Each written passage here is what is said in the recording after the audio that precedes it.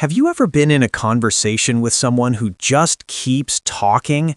They jump from one story to another, rarely pause for breath, and seem unable to stop even when it's clear the other person wants to leave. Or maybe you've caught yourself doing this. You start talking and suddenly realize you've been going on for 10 minutes straight without giving anyone else a chance to speak.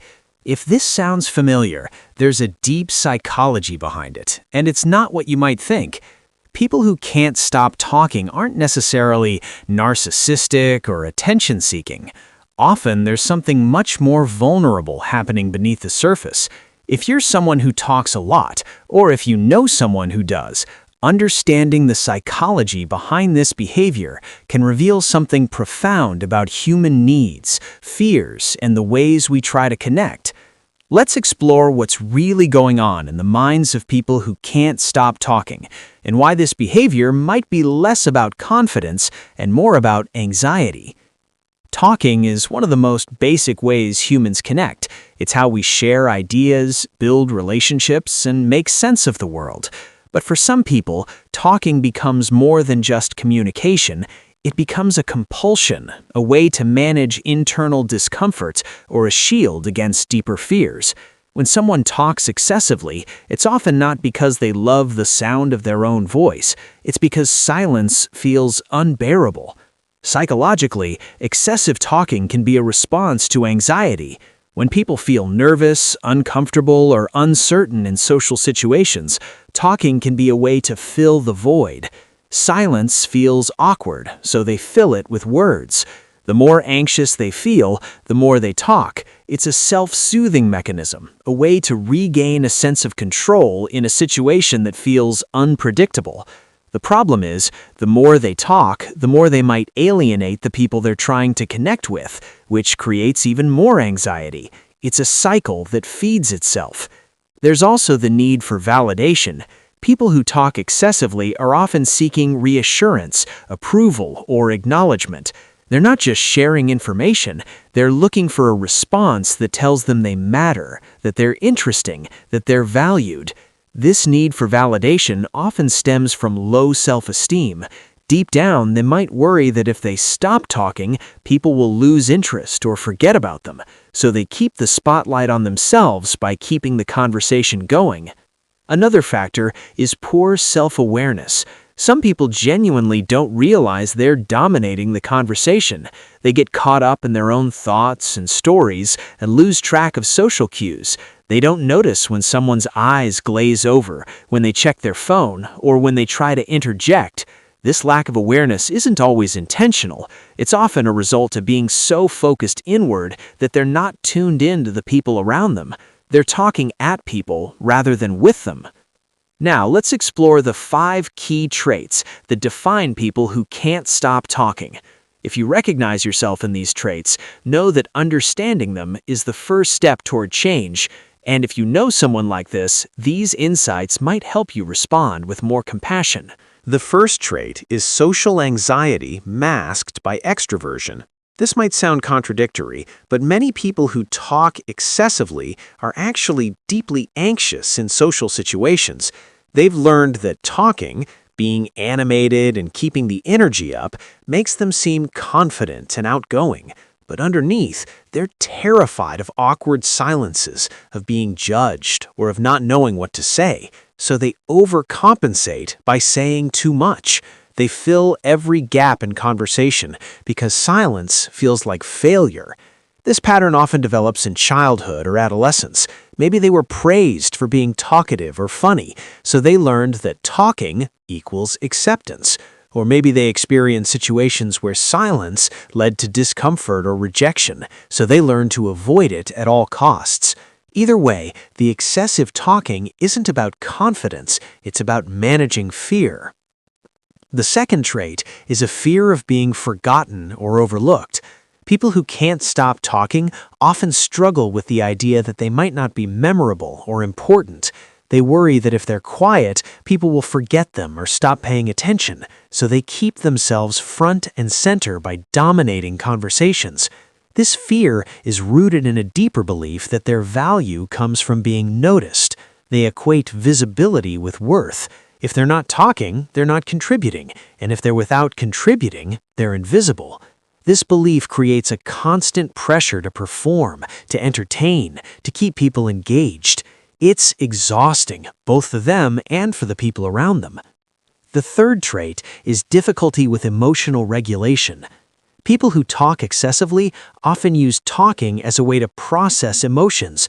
When they're excited, they talk rapidly and jump from topic to topic. When they're anxious, they ramble and repeat themselves. When they're upset, they vent at length without pausing. Talking becomes their primary outlet for managing internal states. The problem is, this doesn't always lead to resolution. Sometimes talking about a problem over and over keeps you stuck in it rather than helping you move through it. And when the talking is one-sided, it can push people away rather than bringing them closer.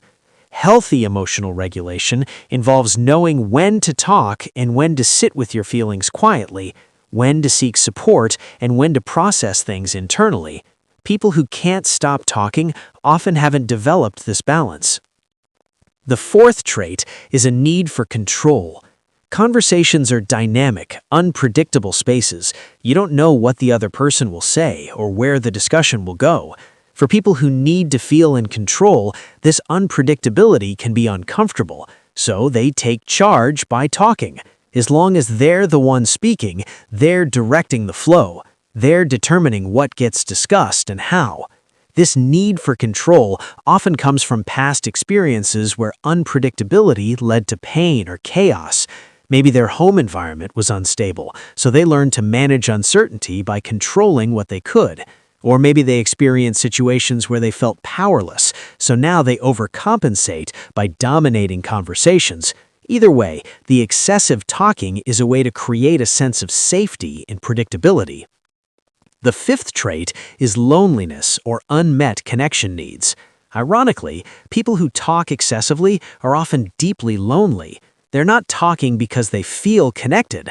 They're talking because they're desperately trying to create connection. They might not have many people in their life who truly listen to them, so when they do have someone's attention, they pour everything out. They overshare because they're starved for genuine interaction. The tragedy is that this approach often backfires. When you talk too much, people tune out. They stop listening because it's overwhelming. So the person ends up feeling even more isolated, even though they were trying to connect. What they really need isn't to talk more, it's to be heard. And being heard requires creating space for two-way communication, for pauses, for listening as much as speaking. Understanding these traits can help you see excessive talking with more compassion. When someone can't stop talking, they're usually not trying to be annoying or self-centered. They're trying to manage something difficult: anxiety, loneliness, a need for validation, a fear of being forgotten. The behavior might be frustrating, but the underlying need is very human. If you're someone who talks a lot, there are ways to shift this pattern. The first step is building self-awareness. Start noticing when you're talking. How long have you been speaking? Has the other person had a chance to respond? Are they engaged or are they checking out? These observations aren't about judging yourself harshly. They're about gathering information so you can make conscious choices. Another helpful practice is learning to sit with silence. Silence doesn't have to be awkward. It can be a space for reflection, for connection, for allowing the other person to gather their thoughts. Try pausing after you finish a point. Count to 3 before continuing. See what happens. You might be surprised to find that the other person has something to say, something you would have missed if you'd kept talking. It's also important to work on the underlying issues driving the behavior. If you're talking excessively because of anxiety, therapy or mindfulness practices can help you manage that anxiety in healthier ways. If you're doing it because you need validation, working on self-esteem can reduce that dependency. If you're lonely, finding genuine connections where you feel seen and heard can reduce the urge to overtalk when you do have someone's attention. Research in communication psychology shows that the most satisfying conversations are balanced.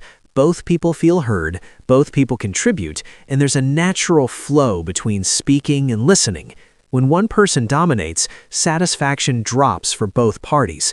The talker often leaves feeling anxious about whether they said too much, and the listener leaves feeling drained or dismissed. Finding balance benefits everyone. Historical figures known for their wisdom often emphasize the importance of listening. The ancient Greek philosopher Epictetus said we have 2 ears and 1 mouth, so we can listen twice as much as we speak. In many Eastern philosophies, silence is seen as a form of wisdom, a space where understanding can emerge. These traditions recognize something important, that true connection requires both speaking and listening, and that sometimes the most powerful thing you can do is create space for others. If you're someone who struggles with excessive talking, know that change is possible. You're not fundamentally flawed. You've just developed a pattern that isn't serving you well. And with awareness, practice, and self-compassion, you can learn to communicate in ways that create deeper connection rather than pushing people away. So the next time you find yourself in a conversation, try this. After you share something, pause. Ask the other person a question. Give them space to respond. Notice how it feels to listen rather than filling every moment with your own words.